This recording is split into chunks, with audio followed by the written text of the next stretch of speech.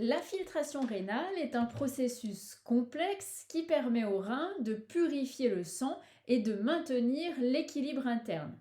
Cette filtration repose sur trois étapes principales, la filtration glomérulaire, la réabsorption tubulaire et la sécrétion tubulaire. Alors la filtration glomérulaire a lieu, comme son nom l'indique, dans le glomérule, qui est une structure capillaire située dans le néphron. Le plasma sanguin est filtré sous l'effet de la pression hydrostatique glomérulaire et donc les petites molécules comme l'eau, les ions, le glucose vont passer à travers la barrière de filtration qui comprend l'endothélium des capillaires qui va être perméable aux petites molécules, la membrane basale et les podocytes qui sont des cellules spécialisées de la capsule de Bowman dotées de fentes de filtration. Les grosses molécules, quant à elles, comme les protéines plasmatiques et les cellules sanguines, restent dans le sang.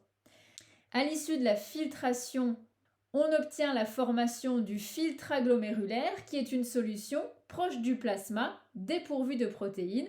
C'est ce que l'on appelle l'urine primitive.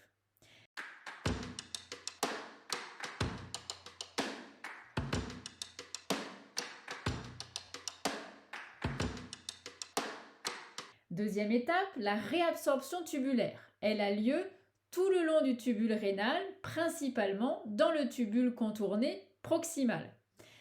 Dans cette réabsorption, les substances utiles, donc comme le glucose, les acides aminés ou l'eau, sont réabsorbées du filtrat vers le sang par transport actif et passif.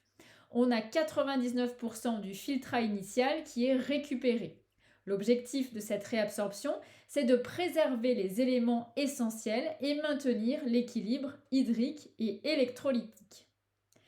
Troisième étape, la sécrétion tubulaire, qui a lieu principalement dans le tubule contourné distal et le tubule collecteur. Pendant cette étape, les substances non filtrées ou en excès, comme les ions H+, par exemple, ou les ions potassium, sont activement sécrétées du sang vers le filtrat. L'objectif de la sécrétion tubulaire, c'est de réguler le pH sanguin et d'éliminer les déchets métaboliques tout en ajustant les concentrations ioniques. Ces trois processus travaillent donc ensemble pour assurer la formation de l'urine et maintenir l'homéostasie corporelle. Ces processus permettent de purifier le sang tout en ajustant les besoins du corps en eau et en électrolytes. Alors la filtration glomérulaire repose sur des pressions qui déterminent le passage des molécules à travers la membrane glomérulaire.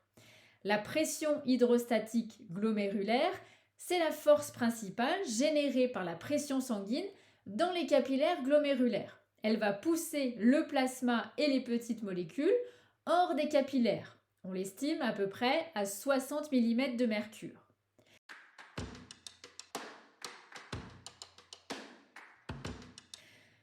On a également la pression hydrostatique capsulaire. C'est la résistance qui est due au liquide déjà présent dans la capsule de Bowman. Cette pression hydrostatique capsulaire s'oppose à la filtration. On l'estime à 15 mm de mercure. Et enfin, on a la pression oncotique glomérulaire qui, elle, est due aux protéines plasmatiques qui attirent l'eau vers les capillaires. Elle est de 30 mm de mercure. Avec ces trois pressions, on peut estimer ce que l'on appelle la pression nette de filtration, qui est le résultat des forces en présence. Donc la pression nette de filtration, c'est la pression hydrostatique glomérulaire moins l'addition de la pression hydrostatique capsulaire et la pression oncotique glomérulaire.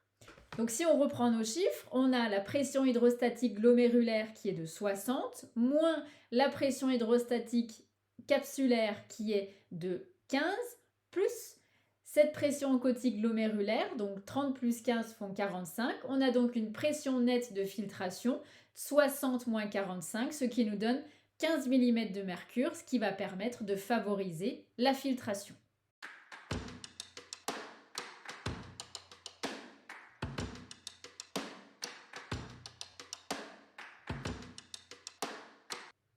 Alors, le filtrat glomérulaire a a une composition assez similaire au plasma sanguin, mais il va être dépourvu de protéines et de cellules sanguines. On va avoir à peu près 180 litres par jour de filtrats glomérulaires qui vont être produits. Les substances filtrées, on a dit qu'on avait de l'eau, certains ions, du glucose, des acides aminés, etc. Et on a des substances non filtrées, comme les protéines plasmatiques, les cellules sanguines ou les grosses molécules liposolubles. Le taux de filtration glomérulaire, c'est un indicateur de la fonction rénale. Un adulte en bonne santé a à peu près un taux de filtration glomérulaire de 120 ml par minute. Ce taux de filtration glomérulaire est influencé par la pression artérielle, parce qu'une pression élevée augmente la filtration. Il est influencé également par la résistance vasculaire, parce que la vasoconstriction ou la vasodilatation des artérioles afférentes et efférentes vont avoir un impact. Et il est influencé par l'intégrité de la barrière glomérulaire, parce qu'une inflammation ou un dommage de cette barrière va pouvoir altérer la filtration. La régulation du débit de filtration glomérulaire est essentielle pour pouvoir maintenir l'équilibre hydrique et électrolytique de l'organisme pour préserver également la fonction rénale.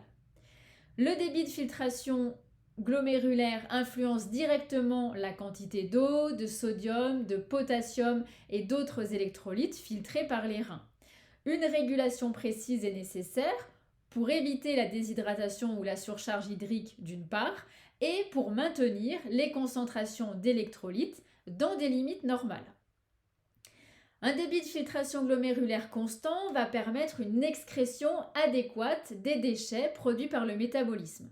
Si le débit de filtration glomérulaire diminue de manière significative, les déchets peuvent s'accumuler dans le sang et provoquer une toxicité. Les reins reçoivent un flux sanguin important et sont exposés à des variations de pression artérielle. La régulation du débit de filtration glomérulaire permet de protéger les capillaires glomérulaires contre une surcharge ou une insuffisance de pression, grâce notamment à la vasoconstriction ou vasodilatation de l'artériole afférente. Une vasoconstriction de l'artériole afférente ou une vasodilatation de l'artériole efférente va entraîner une diminution de la pression hydrostatique dans le capillaire glomérulaire et donc le débit de filtration glomérulaire va diminuer.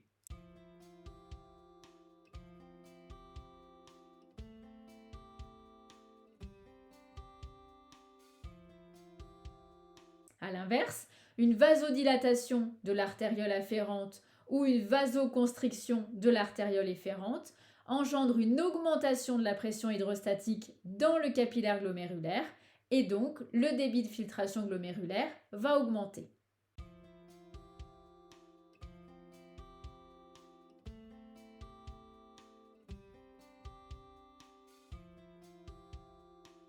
Les besoins en filtration varient en fonction de l'état métabolique. En cas de déshydratation ou de baisse du volume sanguin, le débit de filtration glomérulaire va être réduit pour conserver l'eau. A l'inverse, en cas d'excès de liquide ou de surcharge sodée, le débit de filtration glomérulaire peut augmenter pour excréter davantage. Ce débit de filtration glomérulaire, il joue un rôle dans la régulation de la pression artérielle via le système rénine-angiotensine-aldostérone. Une baisse du débit de filtration glomérulaire stimule la sécrétion de rénine, entraînant ainsi une augmentation de la pression artérielle pour rétablir une perfusion rénale adéquate. Le rein joue également un rôle clé dans la production d'érythropoïétine et l'activation de la vitamine D. Une perfusion et un débit de filtration glomérulaire adéquat sont nécessaires pour ces fonctions hormonales.